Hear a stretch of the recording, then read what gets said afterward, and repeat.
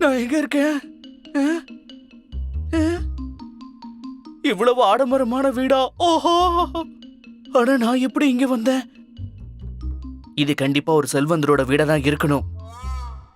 ஆனா எனக்கு இங்க என்ன வேலை?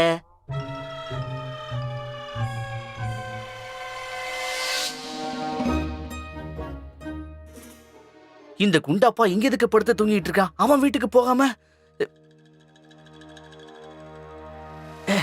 டே குண்டாப்பா, அடே குண்டப்பா, எழுந்துரு. அடே தடியா எழுந்துடுறா.